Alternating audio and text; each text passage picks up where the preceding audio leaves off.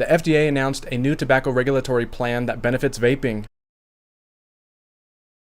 On Friday, July 28th, Dr. Scott Gottlieb, the newly appointed commissioner of the Food and Drug Administration, did a live on-air announcement of the FDA's new approach to nicotine and tobacco.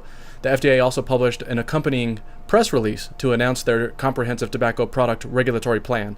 The focus of this new plan is mainly on nicotine and addiction, but also harm reduction, which is new for the FDA. And what's really exciting about this news is that Dr. Gottlieb has finally addressed electronic cigarettes, and mostly in a positive way. Until now, we had no idea how Gottlieb felt about vaping. The FDA's announcement talks about weakening addiction by reducing nicotine levels in cigarettes, encouraging innovative technology to deliver nicotine in less harmful ways, giving vape product manufacturers clear guidelines on submitting their products for approval, and extending timelines for newly classified tobacco submissions, and also better regulations on newly deemed products. So let's discuss all of those things. First, let's talk about Gottlieb's first remarks on electronic cigarettes. As I mentioned earlier, none of us really knew what to expect from Gottlieb as far as electronic cigarettes were concerned.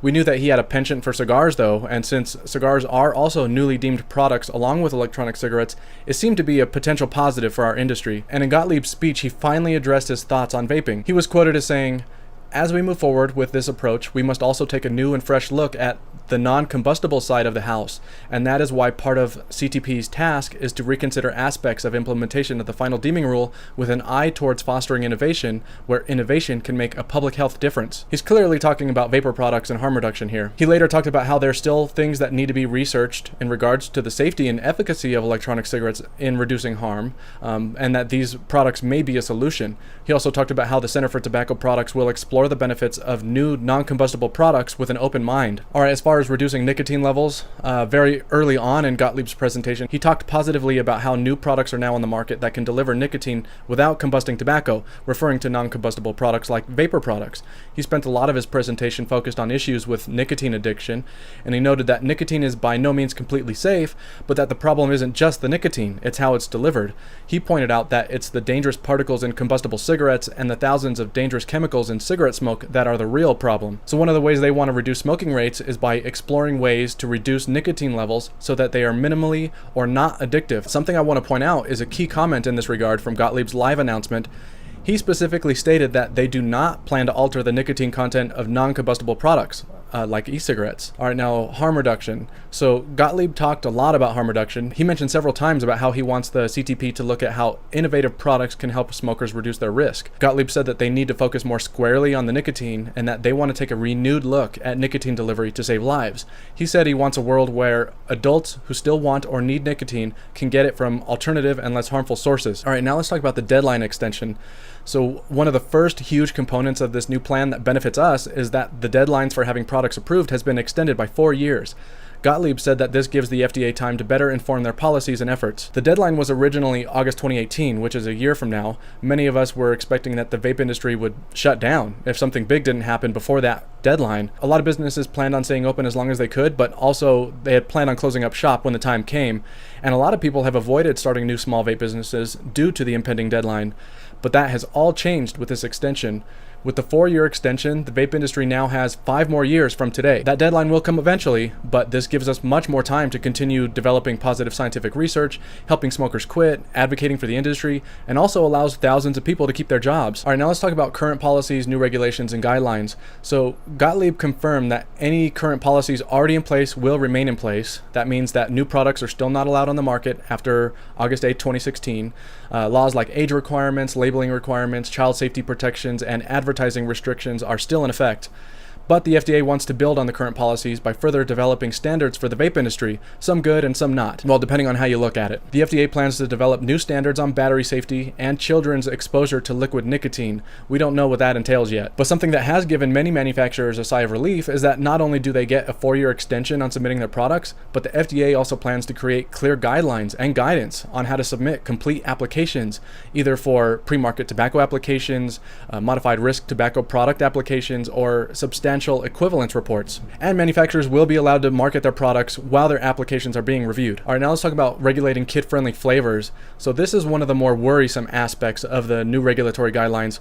Gottlieb stated, I have real concerns about kids' use of e-cigarettes, and I know many others share those concerns, especially those products marketed with obviously kid-appealing flavors. He stated that the CTP will redouble efforts in protecting kids from all nicotine-containing products, which will include looking at kid-appealing flavors. The FDA plans to seek input from the public on how flavors might attract kids to tobacco products, but also how flavors might play a role in helping smokers switch to less harmful products. So that's good.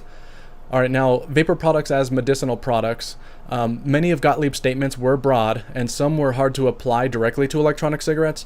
For example, he talked about the safety and effectiveness of nicotine when used in medicinal products when they aren't attached to smoke particles in cigarettes. But he didn't specifically say by using electronic cigarettes. He even followed up this first statement by referring to gum, lozenges, and patches. But he talked a lot about electronic cigarettes in this speech. He might have actually been referring to them in this line of thought. So does that mean that the FDA might consider classifying vapor products as medicinal products? We don't know. So what does this all mean for us moving forward? Well, with the lack of support that the Cole-Bishop bill received with policymakers and the recent loss against the FDA that Nicopure suffered in the courts recently, it's still hard to believe that this new approach will change anything. But I think it's also important to understand that a lot of the failures that we've seen has been while the old administration was still in place or on their way out. Dr. Gottlieb has only just recently been appointed, and it takes time for big things to happen. But I also want to point out that Gottlieb's approach doesn't change how states and cities might pursue their own regulations.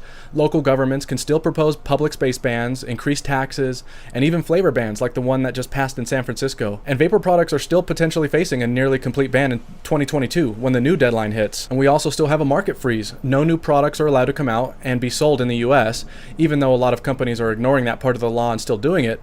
I have mixed feelings on that. I think it's good to continue innovating and bringing out products that help people quit smoking, but I also think it really sucks for the companies here who are obeying the law and suffering in sales while their competition breaks the law and reaps the rewards. Word has it, though, that in a recent FDA stakeholder call, the FDA plans to ramp up enforcement of the market freeze, and that vape industry members have been helpful in pointing the FDA in the right direction. So that sounds like some seriously scary news for anyone ignoring the law on that front. Anyway, with the FDA's new stance regarding electronic cigarettes, a lot of advocacy groups are expecting anti-tobacco groups to come out in full force against vaping in the next few years. That means we'll have to be extra vigilant about anti-tobacco folks, what they're doing, and it also means we'll have to fight back even harder. And fighting back is extremely important. Do you think Gottlieb would be advising the FDA to look at electronic cigarettes and harm reduction if it wasn't for the noise that we've been making? Hell no. A decision like that doesn't just flip like a switch. Nicopure lost their lawsuit against the FDA, but that doesn't mean that it was for nothing. Everything that we've been doing to advocate for vaping has made an impact, and we need to continue those efforts. The war isn't over, but each battle adds up, and this is certainly a big win for us.